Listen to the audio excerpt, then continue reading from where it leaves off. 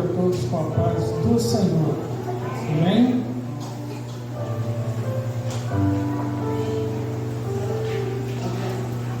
Vamos abrir nossas Bíblias em Apocalipse,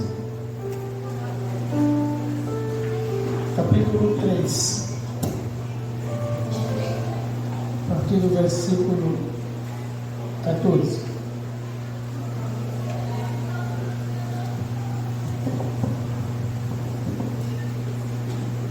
Estou lendo sobre as cartas, as cartas escritas às 7 igrejas da Ásia, lá em Apocalipse.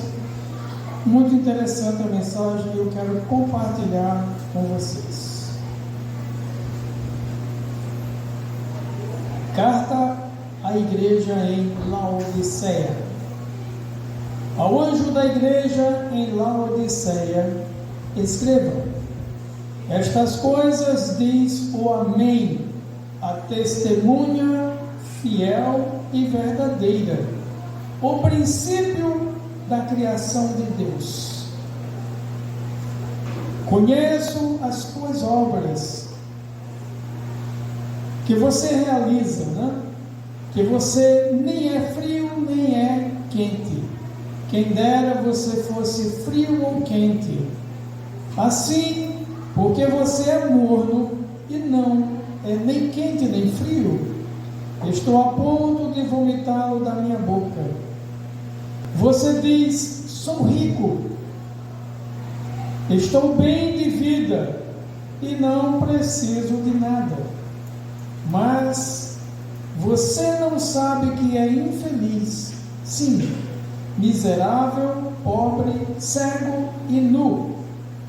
Aconselho que você compre de mim ouro refinado pelo fogo, para que você seja de fato rico.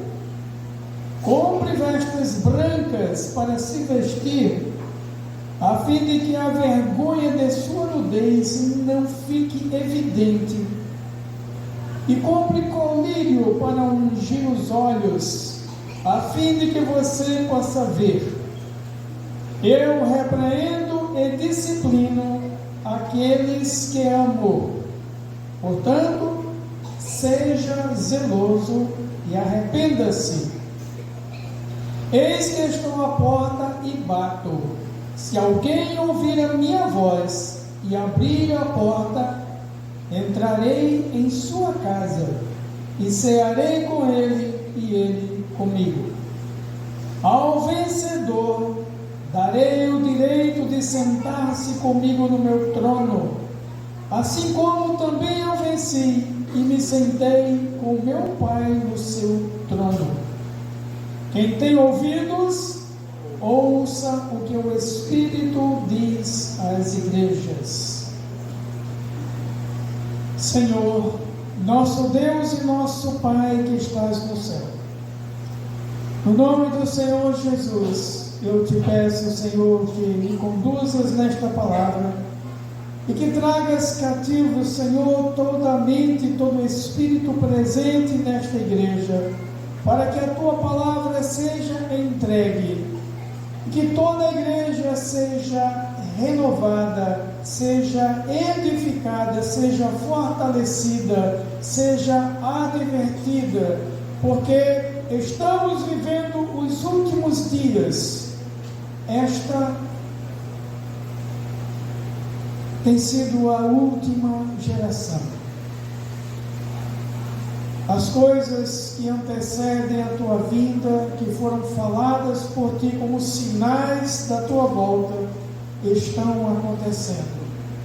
Por isso, Senhor, nós te pedimos que estenda sobre nós a tua mão poderosa e fortaleças a tua igreja, que nos fortaleças para que andemos com prudência na tua presença, que haja mudança de vida, que haja confissão de pecados, que haja quebrantamento, que haja arrependimento e que haja avivamento, Senhor.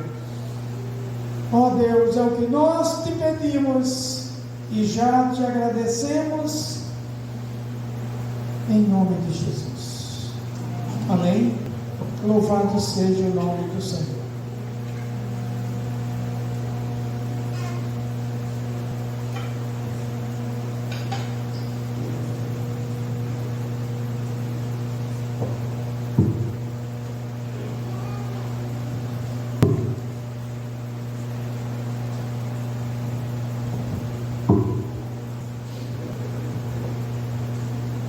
Amados, a carta escrita à igreja em Laodiceia é uma mensagem bem clara de Jesus para a igreja. Cada uma das cartas traz uma palavra, algumas igrejas receberam elogios e repreensões. Outras receberam só elogios e esta só repreensões. Alguns pastores, teólogos, estudiosos da Bíblia dizem que nós estamos vivendo a era da igreja em Laodiceia. E não é que todas as pessoas estejam vivendo desta forma, mas que a igreja como um todo na terra hoje vive esta situação. Algumas estão avivadas, algumas estão mornas. E nós vamos aqui meditar nesta parte que nos diz respeito. Jesus queria que essa mensagem, ou seja, que a igreja em Laodiceia fosse marcada por uma devoção de todo o coração. Nós vemos aqui no início que ele diz: estas coisas diz o Amém, a testemunha fiel e verdadeira, o princípio da criação de Deus. Conheço as suas obras e eu sei o que você anda fazendo, que você nem é morno, nem é quente nem é frio, mas é morno. E o Senhor usou essa metáfora da mornidão para chamar a atenção da igreja, que não estava sendo efetiva na sua missão. A missão da igreja na terra é pregar o Evangelho do Senhor Jesus. É viver o Evangelho do Senhor Jesus. Vivendo o Evangelho, nós pregamos pelo nosso testemunho. Eu não dirijo esta palavra especificamente a ninguém aqui, mas a todos nós. Eu sou o primeiro ouvinte dela. Amém?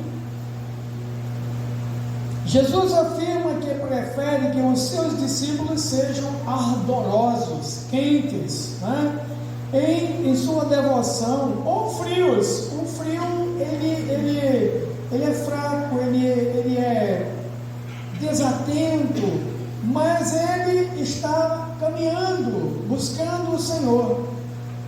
Já o morno, ele é indiferente.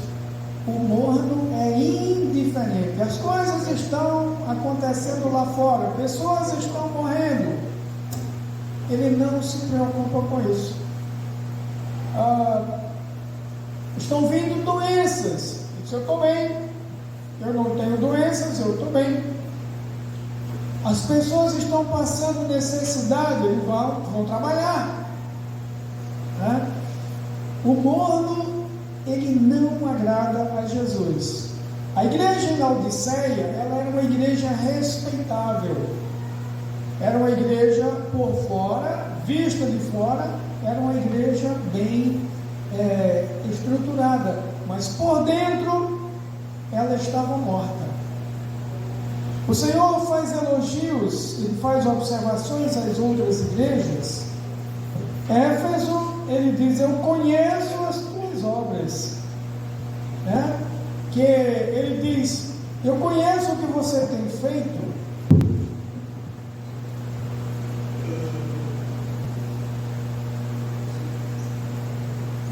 Tanto o seu esforço como a sua perseverança.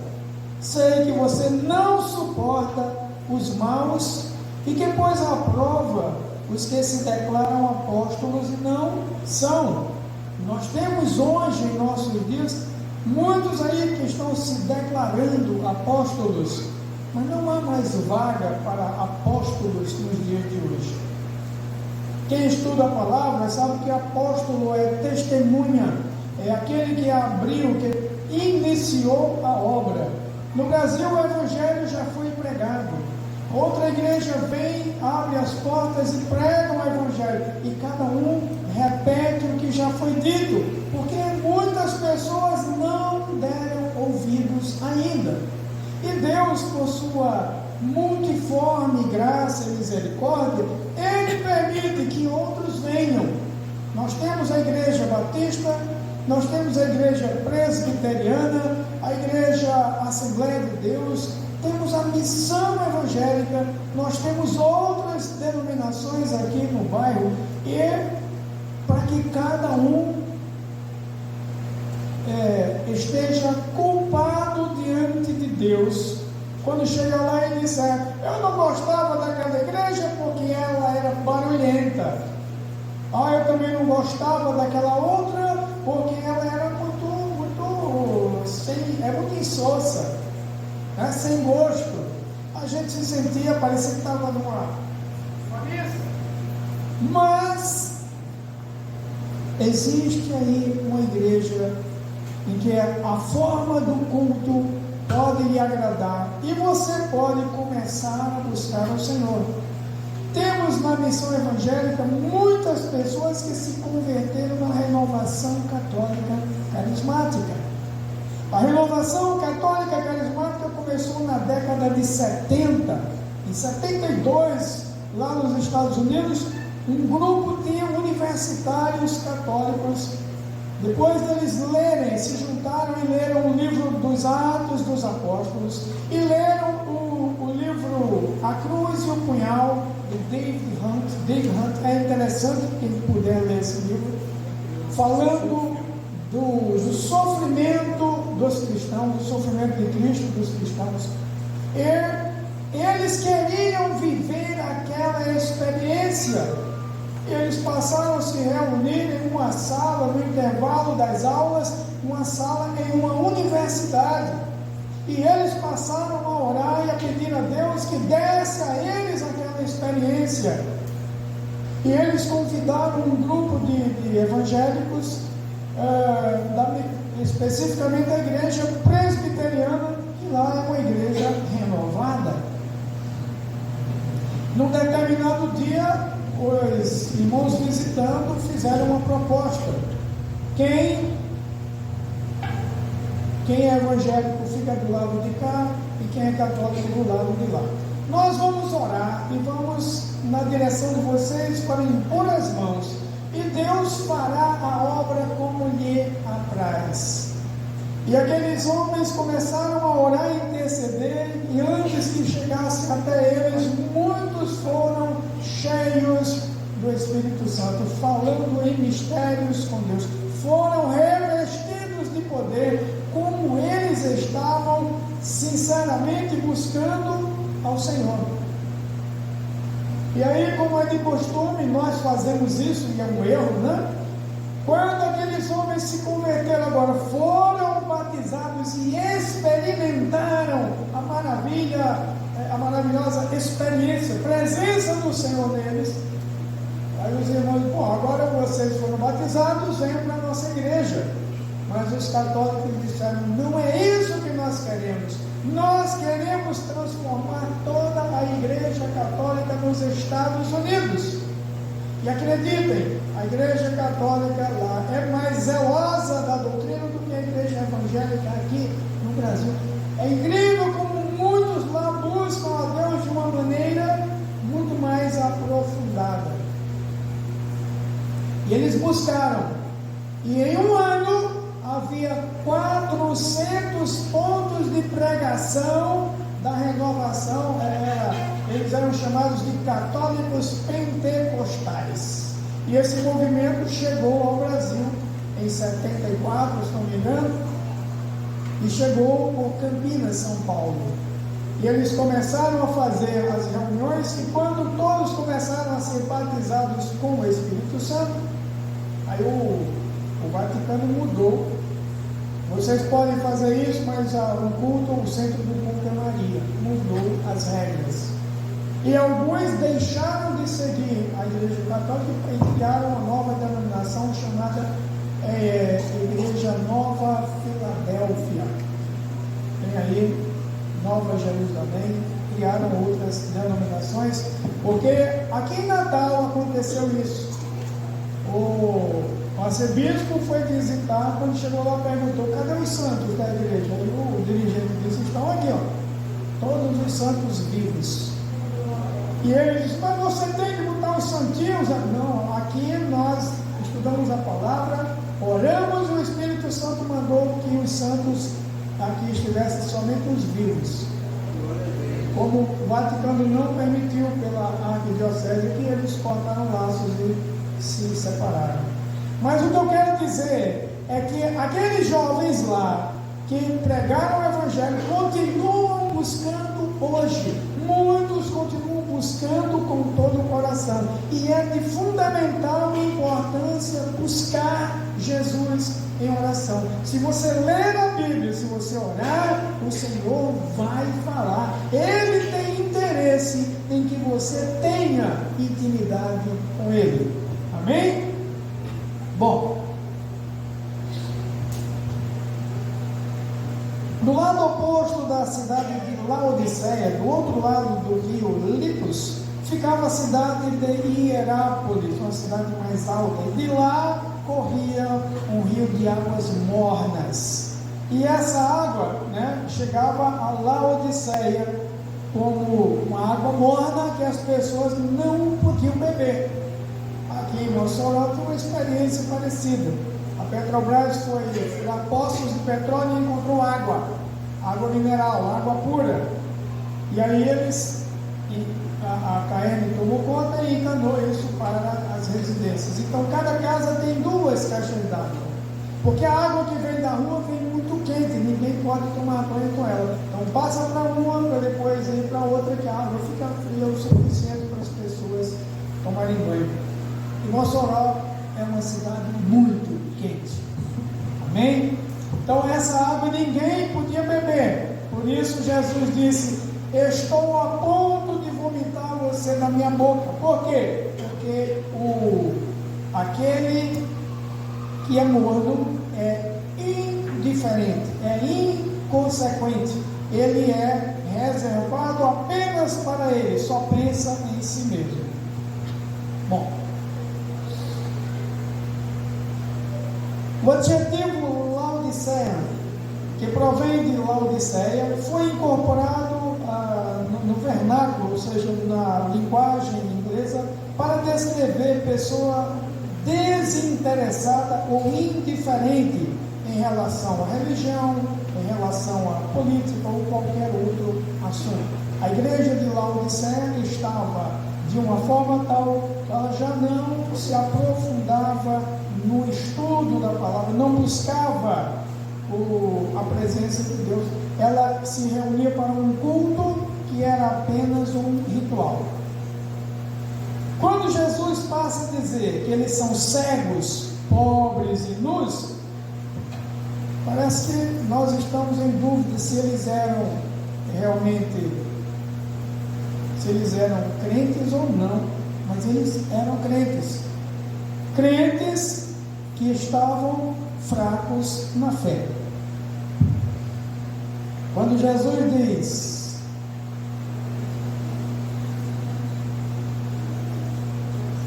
conheço as suas obras que você realiza, que você nem é frio nem quente. Quem dera você fosse frio ou quente, porque aí ele poderia conduzir. Assim, porque você é morno e não é nem quente nem frio, eu estou a ponto de vomitá-lo da minha boca. Você diz: eu sou rico, estou bem de vida e não preciso de nada. Tudo está aqui. Tudo tudo que eu preciso está aqui. Mas a nossa vida para a qual Jesus nos chamou, não é aqui. Ele nos chamou para nós levarmos o Evangelho às pessoas do mundo, para despertá-las para uma certeza de que um dia Jesus virá buscar a sua igreja. Jesus virá buscar um povo seu, escolhido, um povo que está ligado ao Senhor, como ele diz lá em João capítulo 15, versículo 5: aquele que estiver em mim e eu estiver nele, esse me pedirá o que quiser, ele será feito. Será feito, porque sem mim vocês não podem fazer nada. Sem Jesus nós não podemos agir, não podemos fazer nada, não podemos orar. Sem Jesus nós não temos como ser cristãos. O cristão, ele é literalmente o imitador de Jesus. Se não imita Jesus, está precisando de ajuda. Amém? Aconselho que você compre de mim ouro refinado pelo fogo. Laodiceia era uma cidade próspera e realmente as pessoas tinham riquezas. O ouro de Laodiceia era um ouro refinado. Mas o Senhor está dizendo aqui que eles precisam de um ouro muito melhor. Melhor do que o ouro de Ofir. Era um ouro conhecido como ouro puríssimo. Nós sabemos aqui que existe o ouro 16, tem o casca de barata, né? Depois, aí vai melhorando o ouro 18, o ouro 24 quilates é o ouro mais caro que nós temos. Eu não sei se existe outra qualificação acima, mas nós sabemos que o ouro é um metal que não se oxida, não se corrompe, não muda de natureza. O ferro vira ferrugem, né? O alumínio oxida e outros metais todos oxidam, o cobre, o bronze, mas o ouro não. E Jesus, ele diz que nós precisamos de um ouro puro. Comprar ouro puro é buscar nele com todo o coração. Lá em Isaías está escrito: venham a mim, venham conversar comigo, né? Parafraseando aqui, venham conversar comigo, venham pedir e eu vou dar a vocês ouro fino, eu vou dar a vocês a água pura, eu vou dar a vocês uma nova natureza. Nós precisamos dessa nova natureza.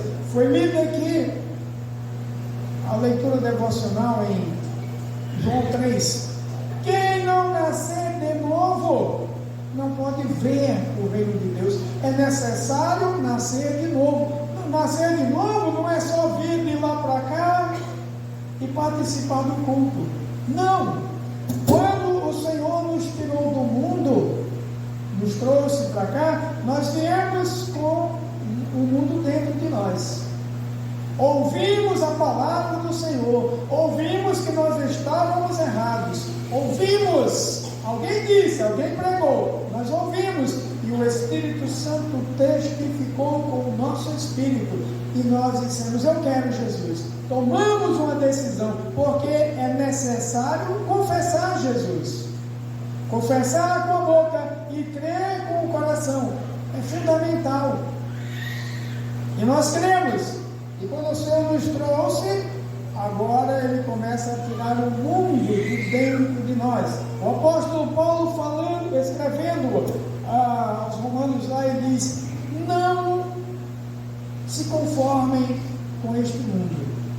Romanos 12, 1 e 2. Não se conformem com este mundo, mas transformem-se. Transformem a mente de vocês, transformem-se pela palavra de Deus. A palavra de Deus entra e ela coloca para fora tudo que não está de acordo com ela. O Senhor Jesus disse que do coração procedem os maus pensamentos, roubos, assassinatos, adultérios. Tudo o que o homem faz de errado vem do próprio coração dele.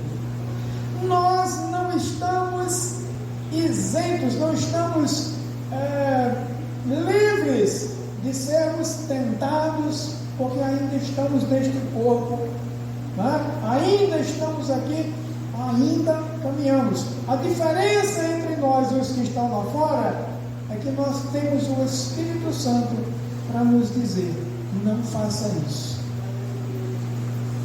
O Espírito Santo, ele nos alerta todos os dias. Jesus disse: ele virá e convencerá o mundo do pecado, da justiça e do juízo. Ele ensinará a vocês, ele fará vocês lembrarem de tudo o que eu lhes tenho ensinado.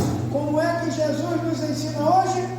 Pela leitura da palavra. E o Espírito Santo vai confirmando: precisamos tomar esta atitude. A igreja de Esmirna, Jesus disse: eu conheço a sua tribulação e que você não desanimou. Não tenha medo, você vai passar, mas você vai vencer. A igreja de Pérgamo, ele diz: olha, eu sei que o lugar em que você mora é o trono de Satanás. E aí, o trono de Satanás, porque lá em Pérgamo havia lá um templo de adoração diabólico, como em outros, mas ali era um, não me lembro aqui o nome do Deus que eles cultuavam lá, mas era como Jesus chamava, o trono de Satanás. E ainda assim eles perseveraram, e eles lutaram e não desanimaram, e para eles o Senhor Jesus só deu elogios. O que é que nós, e aí eu chamo a atenção aqui de cada um, o que é que cada um aqui vai apresentar ao Senhor quando Ele vier? Que tipo de elogio você vai receber do Senhor Jesus? Muito bem, servo bom e fiel, você foi fiel no pouco, eu vou lhe colocar sobre muito. Ou Ele vai dizer: servo mau, você escondeu a minha palavra e enterrou, você não pregou o evangelho porque acharam que eu era um homem mau, amarrem-no e lancem-no nas trevas. Qual vai ser a palavra que Jesus vai lhe dar? Não precisa responder, essa aí é a sua meta de oração hoje. Você vai receber do Senhor o elogio àquele que entregou os 10 talentos, recebeu 5, produziu mais 5. Você não precisa ser o que entregou 5 talentos, porque você só vai trabalhar com aquilo que o Senhor Jesus lhe deu. Mas você precisa produzir. Não enterre o talento que o Senhor lhe deu. Não enterre. Não deixe de falar de Jesus. Aproveite cada oportunidade que você tiver. Aproveite. A igreja sempre teve medo daquilo que ela gosta de chamar de entusiasmo, né? Alguns pregadores do passado, como John Wesley e os seus amigos, sabiam que esse entusiasmo era necessário. Antigamente, eu digo antigamente, agora, 2 séculos atrás, a igreja tinha um ritual muito... não podia ter uma bateria. Eu era criança, a Assembleia não tinha bateria, hoje tem. O crente não podia ter televisão em casa, ele era a janela do inferno para a nossa casa. E está lá a Rede Globo mostrando isso. Mas as coisas foram mudando. E naquela época, alguns crentes passaram a trazer entusiasmo para a obra. John Wesley evangelizava em um cavalo. Ele saiu no cavalo pregando no país, na Inglaterra. E ele foi um dos maiores pregadores da história da igreja. Ele disse: a minha paróquia é o mundo. Ele não tinha um lugar específico para ficar, ele saiu pregando o evangelho. Se a gente puder chamar alguém de apóstolo, ele era um. saiu pregando o Evangelho onde ainda não havia sido pregado. Fez a diferença. Mas ele não nasceu sabendo, ele entendeu que precisava ser capacitado, fortalecido. E o que ele fez? Ele buscou o Senhor em oração. Era um homem que orava, ele orava tanto. Era a mulher dele que reclamava que ele vivia de joelhos em oração. Inclusive, tem lá um tapetinho que ele usava para se ajoelhar, e tem as duas marquinhas dos joelhos. Está guardada lá não sei se é num museu ou numa igreja lá em Londres. É interessante a gente saber disso. Um outro pregador, Jonathan Edwards, ele viu que a igreja estava morta, ela estava morta, não havia renovação no coração das pessoas, e ele se pôs a orar e dizendo: Senhor, muda essa situação, eu quero filhos espirituais.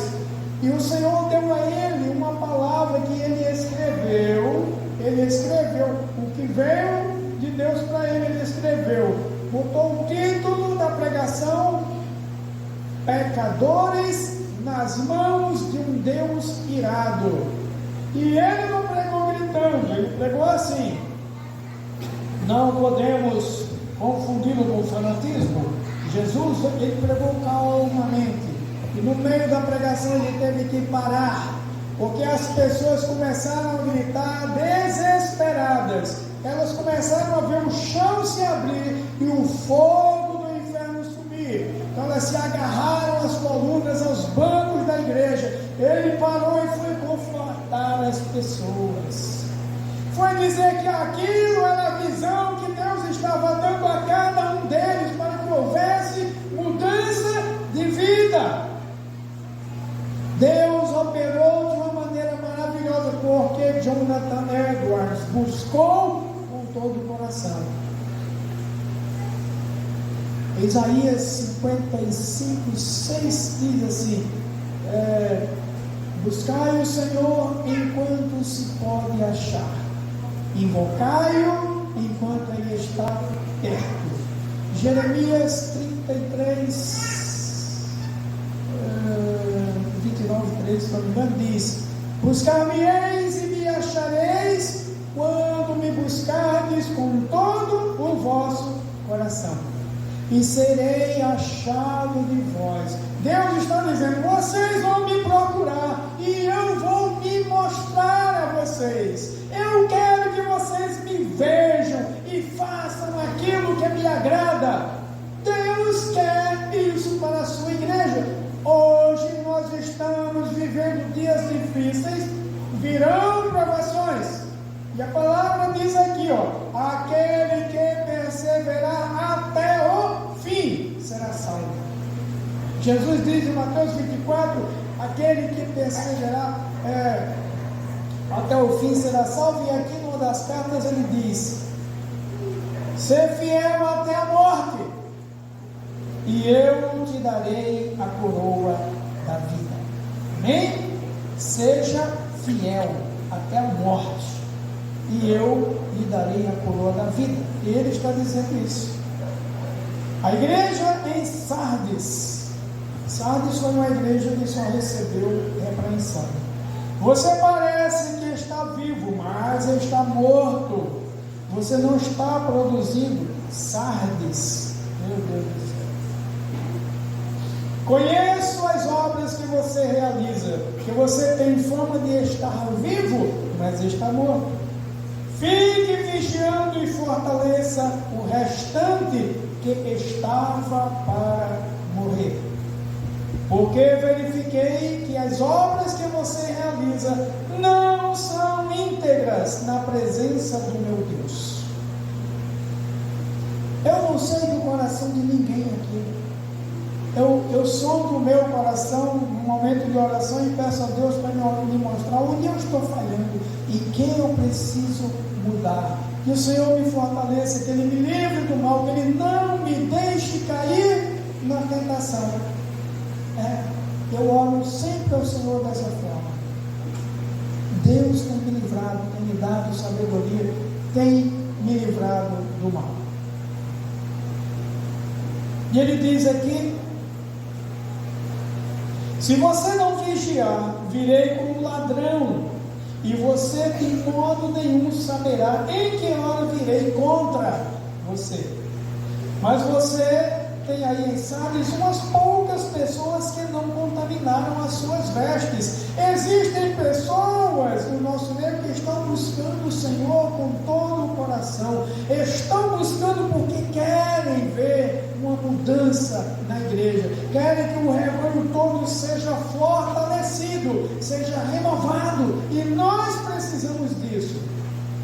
Não preciso dizer quem ora, vocês sabem quantas pessoas oram aqui, mas nós não sabemos quem realmente está aqui, com a lâmpada acesa. E essa pessoa que tem intercedido pela igreja, como uma lâmpada, ela está mantendo o povo na caminhada, ela está sendo usada como uma coluna na igreja, como uma luz que ilumina para mostrar aos fracos que precisam mudar.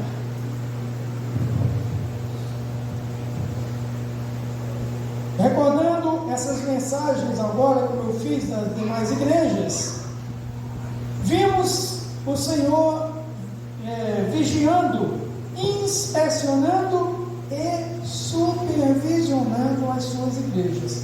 Jesus está olhando para nós, para o nosso coração, desculpa. Ele está olhando para cada um de nós. Ele está vendo o que você está sentindo, o que você está pensando, como você está. Quem é você quando ninguém está vendo? Jesus sabe quem é você, sabe quem sou eu. Amém? E ele pede aqui, foi o que ele pediu ali para todas as igrejas. E enquanto ele faz isso, aponta as 7 marcas que deseja que a sua igreja apresente: amor, disposição para sofrer por ele.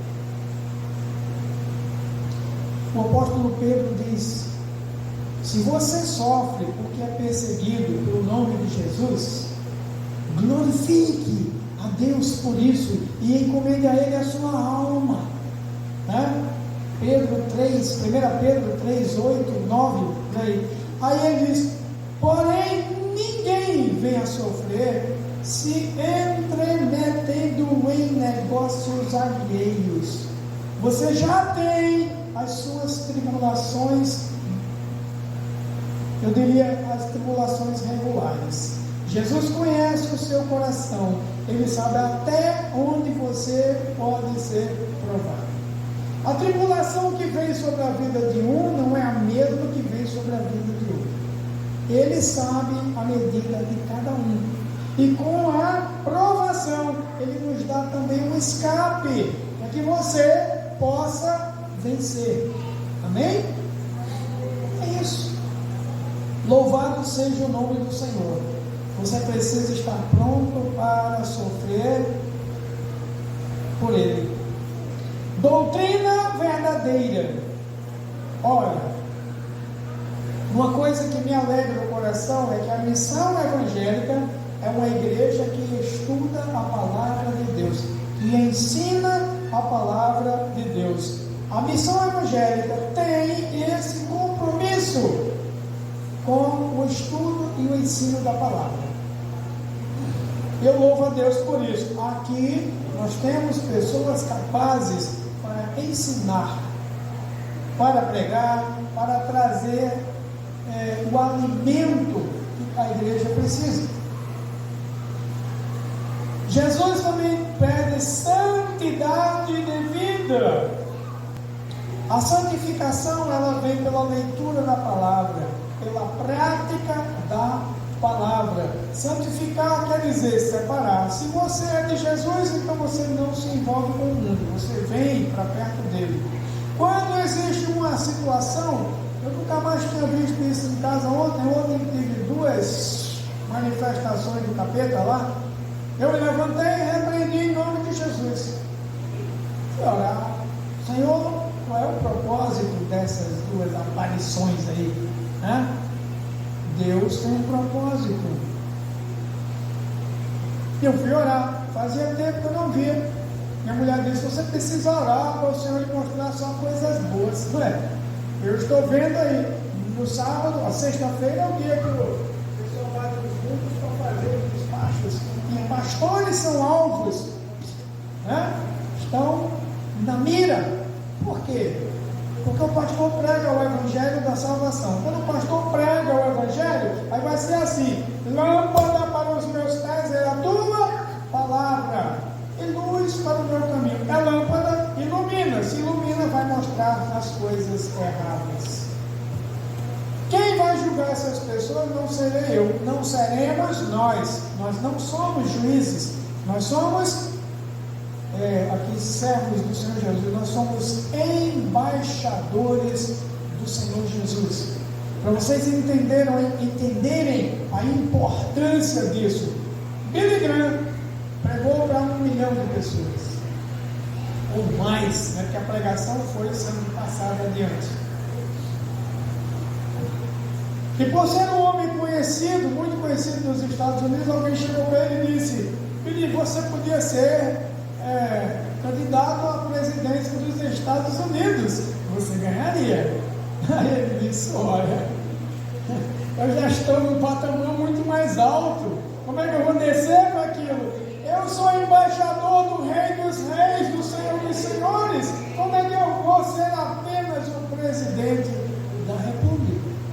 Ele não disse isso para menosprezar, mas para mostrar que o presidente dos Estados Unidos está muito abaixo do poder de Deus. Um simples anjo pode resolver o problema lá. Pegou. Mas Deus, Ele é misericordioso. Não quer que ninguém se perca, mas que todos venham a se arrepender para sermos todos salvos. Ele quer que o mundo inteiro se arrependa para ser salvo. Amém? Mas Ele só salvará aquele que confessar Jesus como seu Senhor e Salvador. Amém? Amém. Olha só. Tiatira, conheço a sua fé, o amor que você tem à obra e o seu serviço prestado. Agora eu tenho contra você o tolerar Jezabel. Essa mulher, né? Eu tenho aqui a tolerar Jezabel, era não a própria Jezabel em si, mas uma pessoa que na igreja estimulava os ensinamentos errados. Algum tempo aí surgiu uma doutrina do nada a ver. A igreja, alguém repreendia, isso não tem nada a ver. Jesus, ele não quer o corpo dele, ele quer o coração. Jesus, ele quer o corpo inteiro. Aqui na igreja, a Laodiceia, ele diz no versículo 20: eis que estou à porta e bato. Se alguém ouvir a minha voz e abrir a porta da sua casa, entrarei nela, cearei com ele e ele comigo. A casa é o nosso corpo, a porta é o coração. E o coração é uma porta que só tem chave por dentro, é você quem abre. Por isso que Jesus bate. Você ouviu? Ele não força. O diabo arma armadilhas para você cair e ele invadir. Jesus nos chama. Jesus chama. Amém? Para Filadélfia ele diz: eis que eu tenho posto diante de você uma porta aberta. Essa porta tem a ver com a possibilidade, é para se fazer missões. Deus tem aberto uma porta para a igreja. Ele tem aberto a porta para que a igreja caminhe. Não devemos desprezar o que Deus está nos concedendo. Amém? E finalizando, ele quer santidade de vida, compromisso com missões, sinceridade e devoção de todo o coração. Devoção de todo o coração. É isso. Nós estamos vivendo, sim, os últimos dias. Quando é que Jesus vem? Eu não sei. Ele falou para você, presbítero Francisco, não ouviu, não. Ele não disse para ninguém o dia em que ele vem. Ele deu os sinais.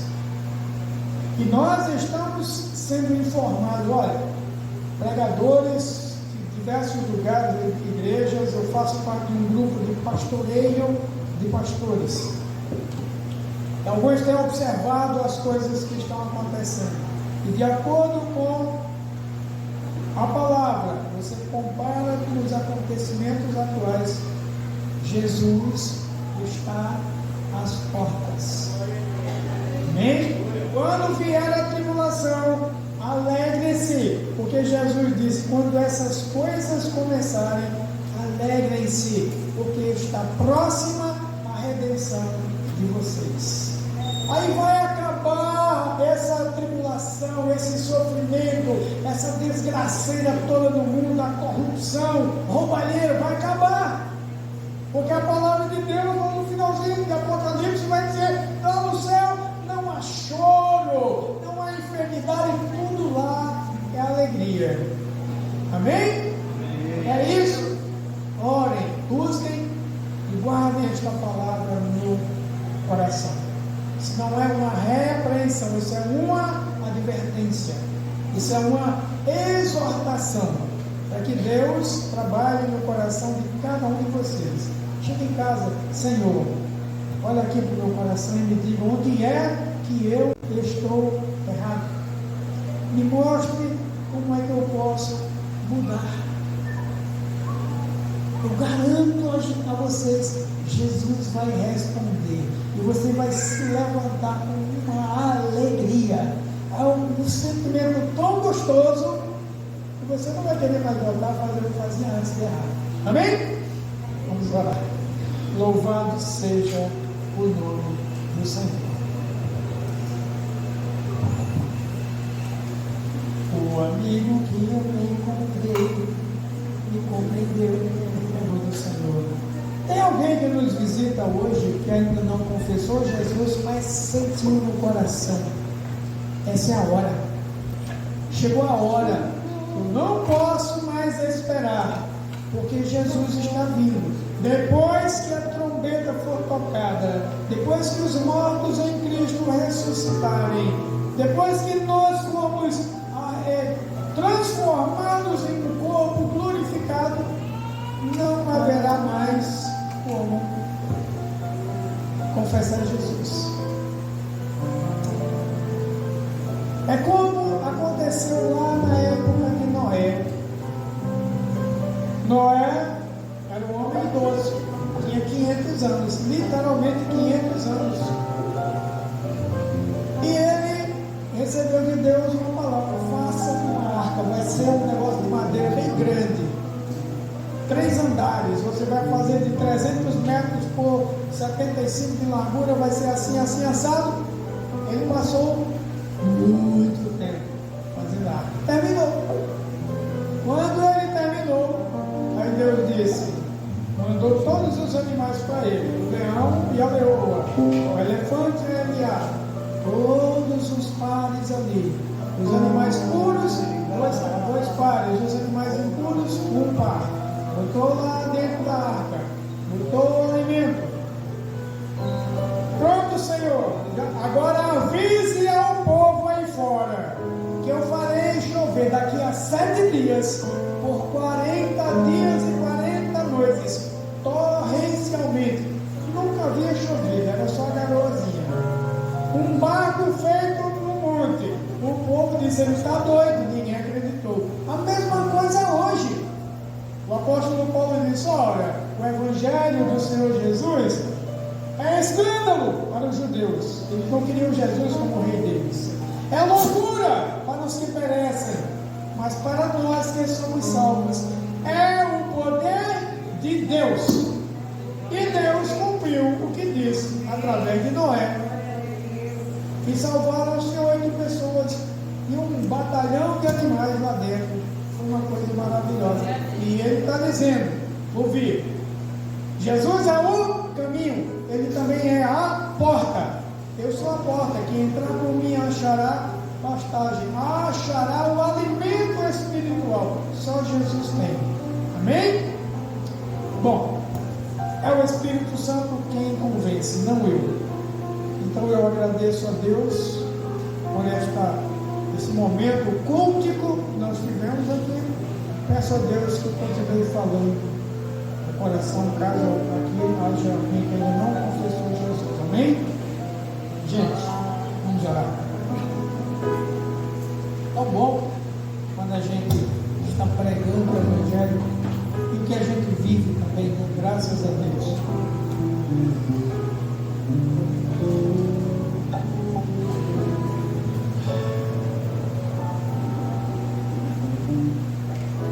Senhor, nosso Deus e nosso Pai, que estás no céu,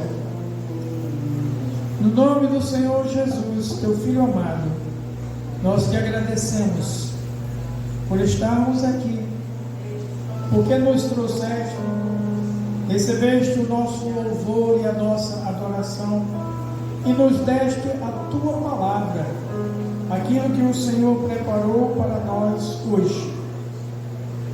Eu peço, Senhor, como o anjo desta igreja, que o Senhor colocou aqui para alimentar, para cuidar e para orientar este povo. Eu peço que o Senhor estenda a tua mão poderosa sobre cada um, que abras o entendimento de cada um, para que esta palavra, ela esteja sendo repetida na mente de cada homem, cada mulher, cada jovem, cada criança, cada um que ouviu, na linguagem de cada um. Que o Senhor fale, que o Senhor transforme. É o que nós pedimos em nome de Jesus. Também pedimos que nos leves em paz e em segurança para os nossos lares, que nos livres e guardes de todo mal, em nome de Jesus. E que o amor de Deus, o nosso Pai, a graça do Senhor Jesus, a comunhão e a consolação do Espírito Santo sejam sobre o povo de Deus, hoje e eternamente. Todos dizem? Amém. Deus seja louvado.